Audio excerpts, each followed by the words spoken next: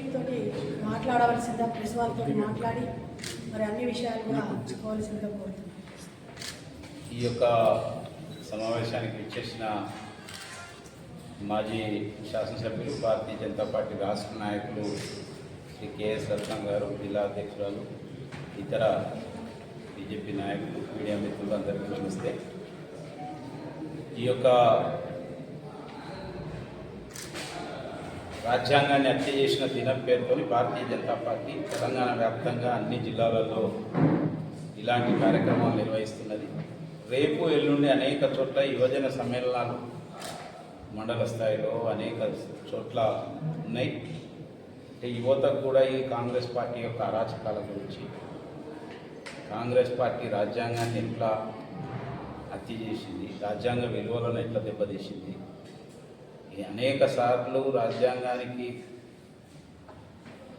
మరి తూర్పు వచ్చిన యొక్క పార్టీ కాంగ్రెస్ పార్టీ. అంటే వెనుకటికి పిల్లి ఎలకలను తిని హాజీ యాత్రకు పోయిందట.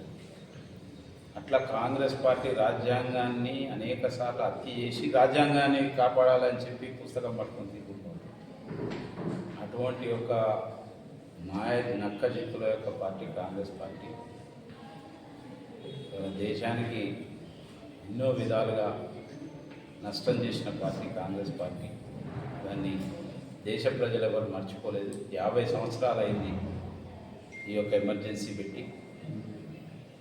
అంతకంటే రాజ్యాంగాన్ని హత్య చేయడం ఉన్నది. ఇప్పటి వరకు దేశంలో ఎవరు కూడా అసలు రాజ్యాంగాన్ని మొత్తం ప్రాథమిక హక్కులను రద్దు చేసే ఒక ఎమర్జెన్సీని ఏ పార్టీ, ఏ ప్రభుత్వం కూడా విధించలేదు, కేవలం కాంగ్రెస్ పార్టీలో.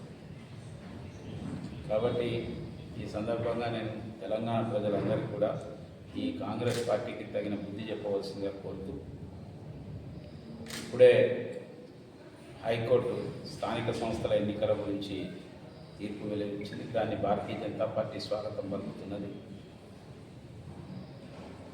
తప్పక రాబోయే రోజుల్లో ఈ యొక్క స్థానిక సంస్థలన్నిటికీ కూడా ఎన్నికలు నిర్వహించాలని రాష్ట్ర ప్రభుత్వాన్ని మేము డిమాండ్ చేస్తున్నాం.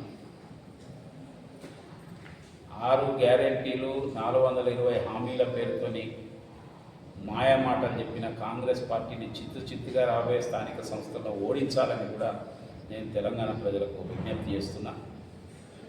కాంగ్రెస్ పార్టీతో పాటుగా 10 సంవత్సరాలు తెలంగాణ రాష్ట్రాన్ని పరిపాలించి అవినీతినే ప్రధానంగా చేసుకొని కుటుంబ పరిపాలనను ఇవాళ తెలంగాణ రాష్ట్రం తలెత్తుకోకుండా చేసిన యొక్క బీఆర్ఎస్ పార్టీకి కూడా తగిన బుద్ధి చెప్పాలి ప్రజలని చెప్పి నేను కోరుతున్నా.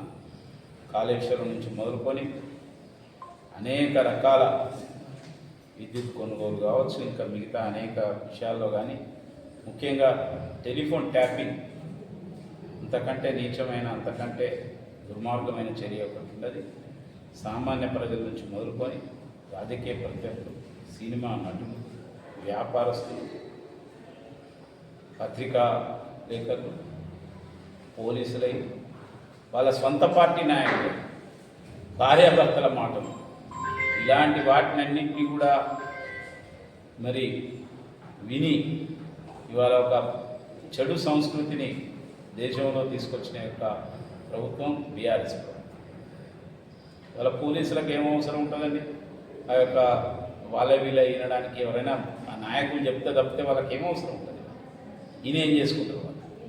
కానీ బీఆర్ఎస్ యొక్క ప్రభుత్వం యొక్క చర్యతో అనేక మంది దుర్మార్గమైన చర్యలకు పాల్పడి వ్యాపార కార్యకలాపాలు నిర్వహించి అనేక సెటిల్మెంట్లు, బెదిరింపులు, ఇంతటి యొక్క ఘోరం ఇక్కడ జరగలేదు. ఇవాళ దీన్ని వెలికి తీయడంలో తాత్సర్యం చేస్తున్నది రాష్ట్ర ప్రభుత్వం. దీన్ని కేవలం ఒక పబ్లిసిటీ దీనికోసం ఉపయోగించుకుంటున్నది. నిజంగా చిత్తశుద్ధి ఉంటే ఇవాళ 17 నెలలు అయింది ఇంతసేపు ఎందుకంటే. ఇవాళ అందులో 4,000 పైగా ఫోన్లు ట్యాప్ చేసిందని తెలుస్తున్నది. కానీ కొన్ని వందల మందిని మాత్రమే పిలిచే ప్రయత్నం, కొంతమందిని మాత్రమే పిలుస్తున్నారు దర్యాప్తు సంస్థ సిట్టు. ఎట్లా తేలుతుందని నేను అడుగుతున్నాను. రెండోది, ఇప్పుడు పోలీసులే చేసిన దాని మీద తెలంగాణ పోలీసులే దర్యాప్తు జరిగితే వాస్తవం తెలుస్తుందా? ఏదైనా సిట్టింగ్ న్యాయమూర్తి చేత కానీ, లేకపోతే సిబిఐ సెంట్రల్ బ్యూరో ఆఫ్ ఇన్వెస్టిగేషన్తో దర్యాప్తు జరిపితే వాస్తవ విషయాలు తెలుస్తాయి. పోలీసులే చేసిన దాని మీద పోలీసులు అలా వాళ్ళు ఉంటేనే ఉంటే కొంతమంది వాళ్ళ మిత్రులు మిగతా వాళ్ళు ఉంటేనే ఉంటాయి. ఎట్లా సాధ్యమవుతుందని నేను అడుగుతున్నాను ఈరోజు. కాబట్టి ఈ ప్రభుత్వం ఇది నిజంగా దోషులను శిక్షించడానికో లేకపోతే ఇటువంటి సంఘటనలు మరొకసారి జరగకుండా చేయడానికో చేసే ప్రయత్నంలాగా కనిపిస్తలేదు. కేవలం రాజకీయమైన యొక్క లబ్ధి పొందడం కోసం చేస్తున్న యొక్క ఈ సిరీస్ ధారావాహికలు వస్తుంటాయి టీవీలలో, మనం ఈ మధ్యలో చూస్తున్నాం. ఓటీటీలో కూడా వస్తున్నాయి ధారావాహికలు. ఈ ధారావాహికల్లాగా నడుపుతున్నది. ఇంతవరకు కాళేశ్వరం మీద తేల్చింది లేదు, విద్యుత్ కొనుగోలు మీద తేల్చింది లేదు, ఈ రేస్ మీద తేల్చింది లేదు, ఈ ట్యాపింగ్ మీద తేల్చింది లేదు, దేని మీద తేల్చింది లేదు. కానీ అంటే చివరికి మళ్ళీ కాంగ్రెస్ పార్టీ బీఆర్ఎస్ పార్టీ ఒక్కటైపోతుందా అనే అనుమానం కూడా ప్రజలకు కలుగుతుంది వాళ్ళు. ఎందుకంటే వాళ్ళు ఇద్దరితో ఆలోచన ఒకటి, ఇద్దరితో ఒకే టైప్, రెండు దొందే, ఇద్దరు అవినీతి పార్టీలే,